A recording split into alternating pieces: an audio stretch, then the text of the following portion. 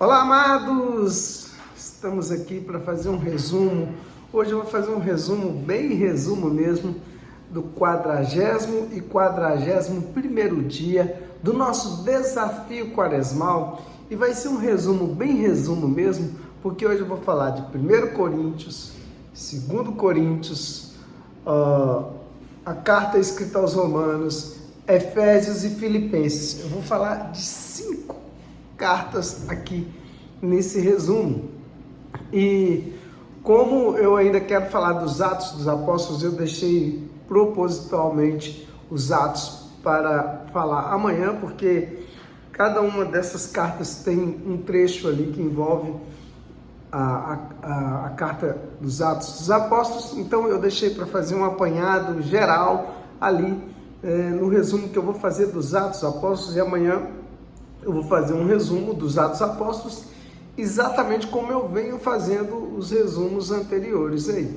O de hoje vai ser bem uma passada mesmo, para que você entenda o que foi escrito nessas, o que a gente leu. Basicamente é isso, o que a gente leu nessas cartas de 1 Coríntios, 2 Coríntios, na carta escrita aos Romanos, Efésios e, por fim, a carta aos Filipenses, tá bom? Então aqui eu estou fazendo o resumo do 40º e 41º dia da nossa leitura bíblica, né?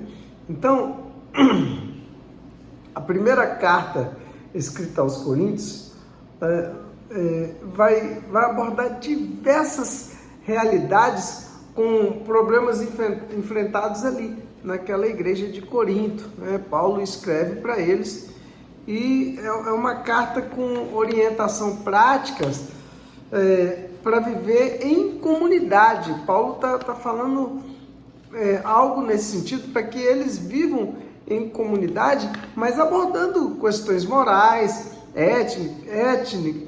éticas e doutrinárias, entende? Então Paulo ele quer falar para essa igreja de Corinto para que eles fiquem atentos, principalmente nas coisas que tratam de relacionado à divisão na igreja, né? Então ele exorta os coríntios para que eles não se dividam, né, em grupos, porque era um problema crônico ali, né? Também nós vamos ver ali Paulo criticando a imoralidade sexual naquela igreja, naquele lugar, né? Muita imoralidade sexual, e ele enfatiza a necessidade de viver de acordo com os padrões cristãos, né? Paulo fala isso, né? Também ele fala sobre questões relacionadas ao casamento, ele aconselha o celibato. Nessa carta, Paulo vai dar muita importância para as coisas santas, para que todos vivam uma vida de santidade. Também ele vai discutir sobre a questão da liberdade em Cristo, né? E ele alerta sobre o uso responsável dessa liberdade, né? Não fazer da liberdade um pretexto para viver uma vida de qualquer jeito, né? Especialmente com relação à comida sacrificada a ídolos. Paulo vai alertar muito a igreja de Coríntios nesse sentido, né? E ele vai dar a instrução também na forma de adorar, né? Então aí ele vai falar sobre os dons espirituais, a importância da unidade ali, de ser, ele vai pegar a metáfora de um corpo para explicar aquilo como que Deus quer que aquela igreja viva em comunhão, né? E por fim, já no final, ele defende a ressurreição de Cristo, explica a sua importância para a fé cristã.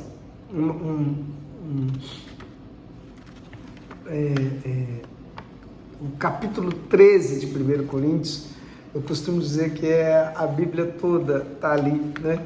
Eu costumo dizer que quem conseguir viver o capítulo 13 pode rasgar o resto da Bíblia, porque ele vai viver a Bíblia inteira. E Paulo fala ali sobre o amor, sobre a caridade. Se não tiver amor, nada vale.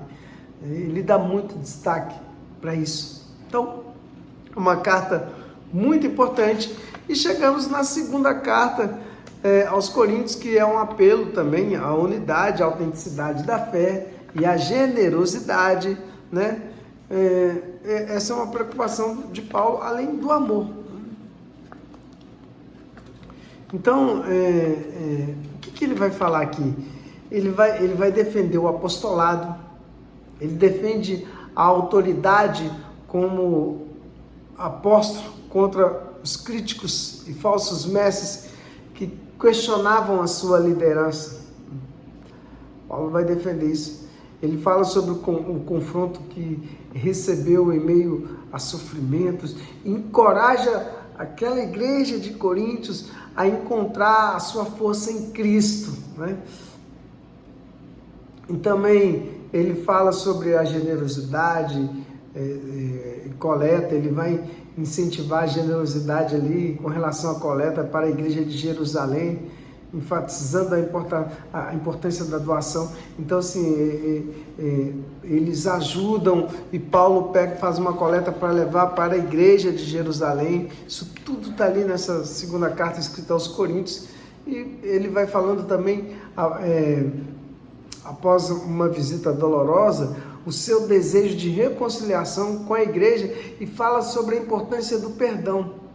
Discute sobre a nova aliança de Cristo, a transformação espiritual, a importância de viver uma vida em santidade. Por fim, Paulo ele contrasta o ministério da nova aliança e que traz vida e esperança com o ministério da velha aliança, que era temporário. Então, basicamente isso que vai trazer essas duas cartas de Paulo escrito aos Coríntios, né? E como eu disse, nós lemos também ali na carta escrita aos Romanos, que é uma carta extremamente importante no Novo Testamento, que vai abordar temas centrais da fé cristã, né? É uma exposição teológica muito profunda, a carta escrita aos Romanos, que fundamenta a doutrina da salvação e orienta a vida cristã, né? A gente vai ver muitos tópicos importantes aqui nessa carta. Nós lemos na carta escrita aos Romanos, Paulo explica que a salvação é alcançada pela fé em Cristo Jesus, não pelas obras da lei. Ele enfatiza que todos os judeus e gentios precisam da graça de Deus. Ele deixa isso, né? A carta também vai abordar o pecado na sua forma geral, né? E diz lá no capítulo 3, versículo 23, que todos estão destituídos, todos estão privados da glória de Deus, logo todos pecaram, né? Então todos necessitam da redenção. Ele fala também sobre a transformação que ocorre quando alguém aceita o cristianismo e destaca a vida do Espírito e a luta contra o pecado, né? Tudo isso está nessa carta, nós lemos aí em Romanos. E o plano de Deus para Israel. Então Paulo discute a posição de Israel no plano da salvação, deixando muito claro que Deus não rejeitou o seu povo, nunca rejeitou o seu povo. Então a carta também oferece orientações práticas de como viver de maneira justa, incluindo o amor ao próximo e a importância de viver em comunidade.